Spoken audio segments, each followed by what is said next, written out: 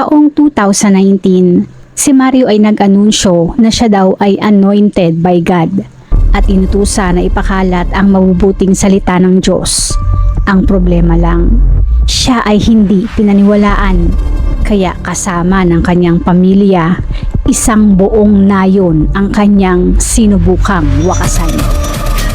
Tara at ating buksan ang pahina ng krimen ng kaso ni Mario Gonzales.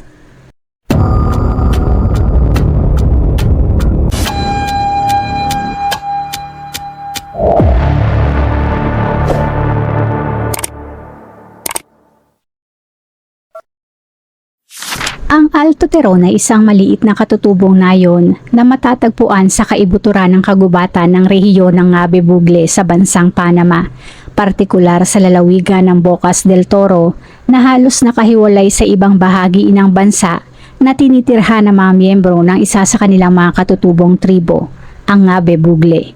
Ang lugar ay sobrang isolated na tanging sa pamamagitan lamang ng helicopter mararating o kung dadaanin sa tiyaga. Para makarating, ang pinakamalapit na pangunahing lungsod doon ay ang Santiago de Veraguas at mula roon ay kailangang maglakbay ng 3 oras by land, 2 oras by river at saka maglalakad ng nasa 1.5 oras pa sa matarik at basa-basang kabundukan bago marating ang Alto Teron. Pagdating naman doon, kapansin-pansin ang kakulangan ng lugar. Walang sementadong kalsada, walang maaasahang kuryente, at kung may residente o bisitang gustong tumawag sa telepono, kailangan na mga itong maglakad ng maraming kilometro papunta sa isang mataas na lugar o sa isang kalapit na komunidad na wala pang kasiguraduhan kung makakakuha nga ng signal. Ang lugar ay kulang din sa pasilidad, walang ospital, police outpost o paaralan man lang na malapit, o maging ang pagkukunan man lang ng maayos na maiinom na tubig. Ang sitwasyon sa lugar ay kalunos-lunos, kung saan ang rehiyon kung nasaan ito ay kilala bilang ang pinakamahirap sa Panama. Sa kabila ng kakapusan, ang maliit na nayon ay mayroong nasa 300 residente na namumuhay lamang ng simple. Isa sa mga residente na ito ay si Mario Gonzales Blanco, na ang pinakaiiwasan ng karamihan. Siya ay kilalang agresibo, palaaway at madalas manggulo. Mayroon ding ilang pagkakataon na sinubukan nitong nakawin ang ilan sa mga lupain ng mga kapitbahay sa pamamagitan ng pagtrespass sa mga iyon at pagsabing kanya iyon na minsan ay nanunutok pa ng itak. Si Mario ay talagang kinamumuhian na kalaunan ay binansagan na sinaniban ni Lucifer. Ang pagkamuhi at galit ng mga residente ay lalo pang nadagdagan nang si Mario ay nagawang makapagtrabaho bilang local administrative officer taong 2010, kung saan ginamit nito ang posisyon at pineke ang pirma ng isang babaeng nagngangalang Antonia Gonzales. Ang ending, si Antonia ay napilitang umalis sa lupain dahil ibinigay di umano iyon ni Mario. Ang pagkamuhi na ito ay hindi lang sa labas kundi sa loob din ng pamilya. Ang isa sa mga anak nito na si Jose Gonzales ay ayaw din kay Mario. Si Jose naman, bagamat isang bunga, ay malayong malayo sa ama niya. Siya ay isang respected figure at pinupuri bilang isang disente at masipag na lalaki na kabaligtaran ng amang si Mario. Taong 2012, si Mario kasama ang ilang kapamilya ay umalis ng Alto Teron at lumipat ng El Teron. Matapos lumipat, naisipan ni Mario na magtatag ng sarili niyang religious group. Sa grupo na ito, siya syempre ang pinaka-leader at ang nasa tuktok. Ang problema lang, walang gustong sumali. Ang El Teron ay hindi katulad ng Alto Teron na sobrang isolated.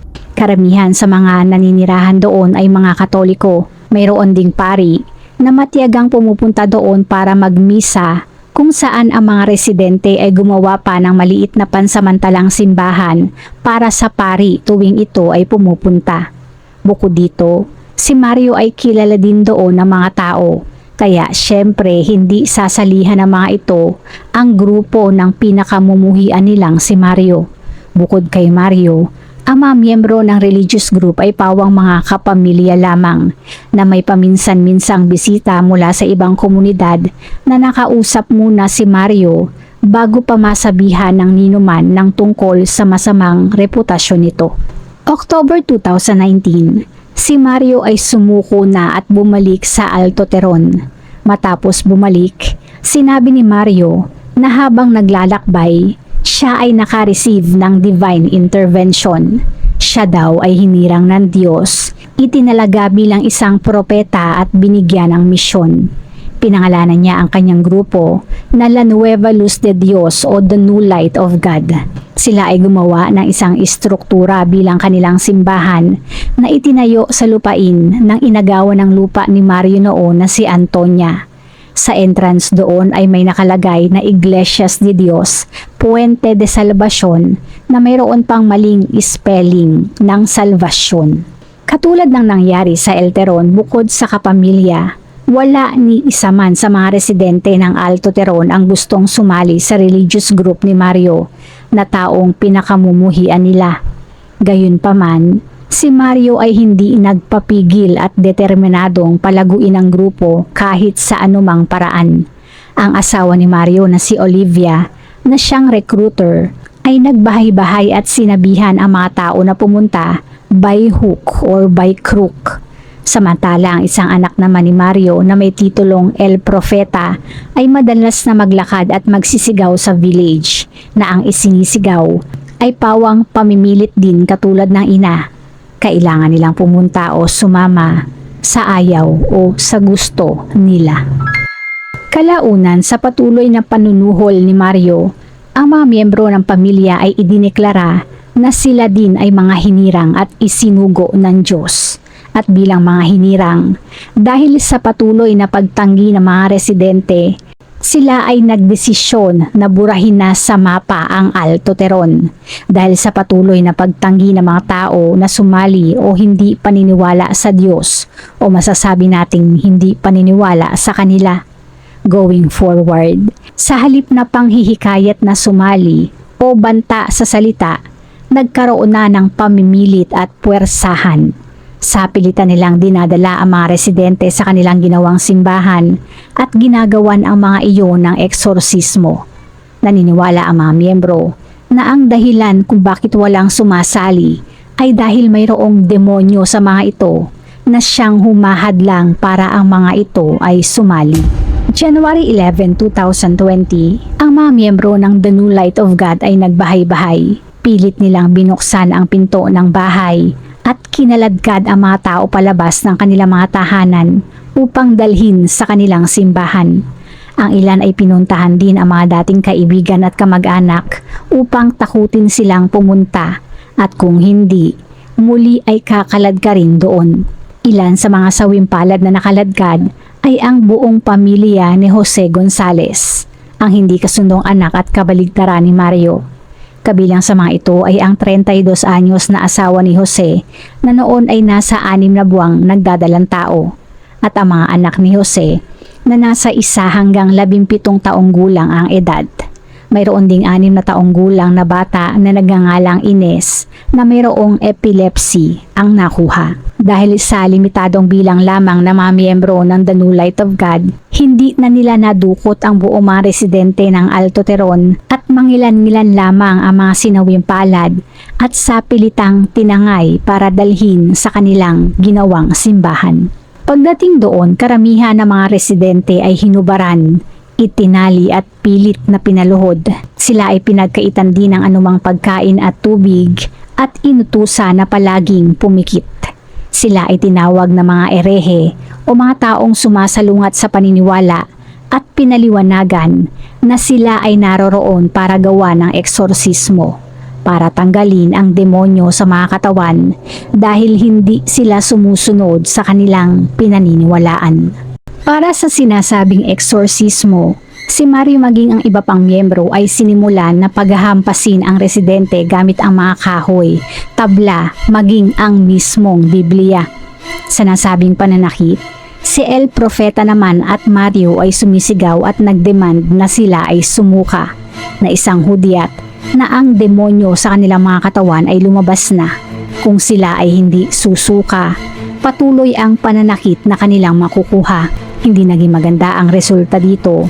Kaya naman si Mario ay mas pinatindi ang pananakit. Sa pagkakataon na ito, sila ay gumamit ng mga patalim at sinimulan ang mga katawan na laslasin. Hindi pa dito nagtapos at sa mga sumunod, sila ay gumamit naman ng apoy. Ang mga bibig ng mga biktima ay kanilang ibubuka at lalagyan iyon ng nagliliyab o nagbabaga na piraso ng kahoy. Sila ay nagsindi din ng apoy sa lupa at inutusan ang mga biktima na tumakbo sa ibabaw ng apoy. Ang simbahan ng The New Light of God ay matatagpuan sa malayong distansya mula sa 50 bahay na bumubuo ng Alto Teron. Iyon ay natatakpan ng matataas na damo, halaman at malalaking mga dahon, kaya medyo mahihirapan ang sino man na makita kung mayroon doong nangyayaring kababalaghan. Ang ingay naman sa mga ritual at prayer sessions tulad ng mga tambol, maging ang pag-awit ay nakatulong para matakpan ang mga sigaw at hinaing ng mga biktima. Kinabukasan bago mag-umaga, si Jose ay nagawang mailigtas ang dalawa sa kanyang mga anak na edad 5 at 7 mula sa apoy. Ang 15 anyos niya namang anak ay nagawa namang makalas ang pagkakatali dito at nakatakas. Bukod dito, ay mayroon ding mangilan-ngilan na nagawang makatakas. Sa kasamaang palad ay hindi na nailigtas ni Jose ang kanyang asawa at iba pang mga anak dahil siya ay pinagtulungan na pigilan ni Mario at na mga miyembro nito. Sa kabuuan, 7 mga tao ang nasawi, kabilang na ang asawa ni Jose at mga anak at ang batang may epilepsy na si Ines. Ang kanilang mga bangkay ay dinala ni Mario at 2 mga anak nito sa isang mass grave na 2 kilometro ang layo mula Alto Teron, kung saan isang residente ang nakakita. Samantala, ay mayroong nasa 15 katao pa ang sawing palad na natira at hindi nakatakas sa ginawang simbahan. Sa mga kaso naman ang nakatakas, bagamat wala na doon, dahil sa pagiging liblib ng lugar at layo na din ang simbahan sa mga kabahayan, sila ay natagalan bago makakuha ng tulong. Ang unang survivor ay isang bata na mayroong malubhang mga sugat at paso, ang natagpuan ng pinuno ng Alto Teron. Personal na dinala nito ang bata sa pinakamalapit na bayan na Rio Luis, na 6 na oras ang layo sakay ng bangka. Mula roon ay isang ambulansya naman ang nagdala sa bata sa isang ospital.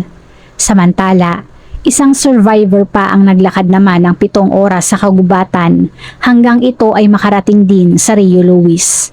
Kalaunan ay parami na ng parami ang nagsidatingan sa klinika na galing lahat sa Alto Teron na may mga pare-parehong sugat mula sa mga palo, paso at hiwa, kaya ang medical staff doon ay nakipag-ugnayan sa pulis. Matapos na makarating sa pulisya ang lahat ng impormasyon hinggil sa kulto, agad naman silang umaksyon para magtungo doon. Gayunpaman dahil sa sobrang liblib ng lugar at kakulangan ng maayos na daanan, sila pa din ay natagalan. Sila ay nagpadala ng special forces at gamit ang helicopter at bangka ay dumating sa Alto Teron ng January 14. Bago dumating, ang mga natitirang residente naman ng Alto Teron ay nagmarcha na papunta sa simbahang ginawa ni Mario na may kanya-kanyang bit-bit na machete at sticks. Ang mga pulis ang unang nakarating sa lugar at dito nila nakita ang 15 mga biktima pa na halos naghihingalo na. Ang iba ay nakahubad at ang iba ay nakatali at pinalilibutan ni Mario at ang pamilya nito.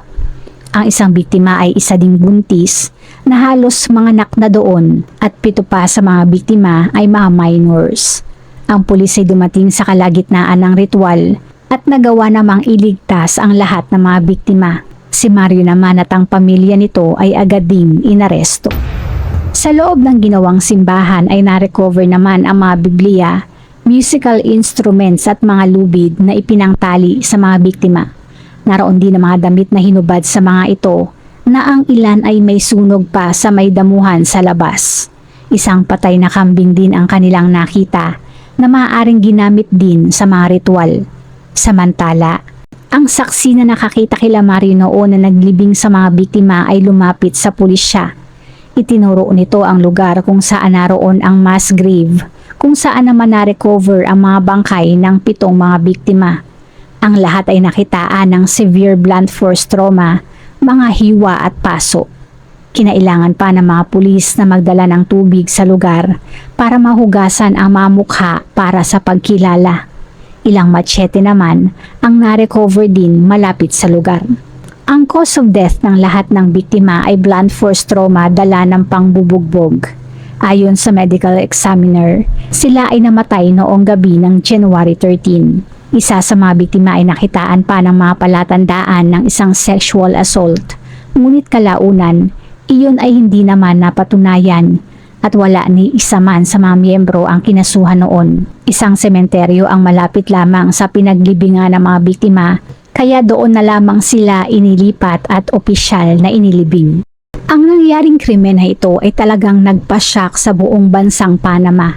Ang Minister of Public Security, maging ang mismong presidente ay nagpahayag ng kanilang saloobin at pakikiramay sa nangyari. Ilang mga hakbang ang ginawa bilang preventive measure para maiwasan o hindi na maulit pa ang ganitong pangyayari. Una na dyan ay ang pamamalagi ng mga dumating na pulis sa Alto Teron hanggang isang permanenteng police outpost na ang ginawa doon. Ang Ministry of Social Development naman ay nagpa-install ng pampublikong telepono at internet connection sa komunidad para magamit ng mga mamamayan kung sakaling ang mga ito ay mga ilangan ng tulong. Natapos nila ang pag-install ng telepono at internet connection 1 buwan matapos ng krimen. April 26, 2021, matapos ng isang extensive investigation, ang 9 na mga miyembro ng The New Light of God ay inaresto na kinabibilangan ni Mario. Sila ay kinasuhan ng aggravated homicide, femicide at deprivation of liberty. Mayroon ding inaresto na mga menor de edad naman na hiwalay na nilitis sa juvenile court. November 15, 2021, nang sinimulan ang kanilang trial. Sa unang araw ng paglilitis, 2 sa mga nasasakdal at kasabwat ay tumanggap ng plea deal para sa mas mababang sentensya, kung saan sila ay nahatulan ng 47 taong pagkakabilanggo na kulang 3 taon lamang ng maximum sentence ng Panama. Samantala, ang natitirang 7 akusado ay direktang nagpatuloy sa paglilitis. Maraming pisikal na ebidensya ang iniharap ng prosekusyon, pati na rin ang karakter ni Mario at kung gaano na siya kinasusuklaman bago pa man itatag ang kulto. Nariyan din ang pangunahing mga ebidensya na ang mismong mga survivors at ilang witnesses. Nariyan din ang star witness na walang iba kundi si Jose, na halos maubos ang pamilya at ikwinento ang kahindik-hindik na pinagdaanan ng pamilya nito na ikinamatay ng asawa at ilan sa mga anak nito. November 20, nang napatunayan na ang 7 salarin ay guilty, at December 3, nang sila ay nasentensyahan ng maximum sentence na allowed sa Panama. Ang New Light of God ay tuluyang binuwag na at ang lahat ng miyembro ay nakakulong at maaaring hindi na makakita pa ng New Light. Bago isara ang ating pahina, shoutout po sa ilan sa ating manonood.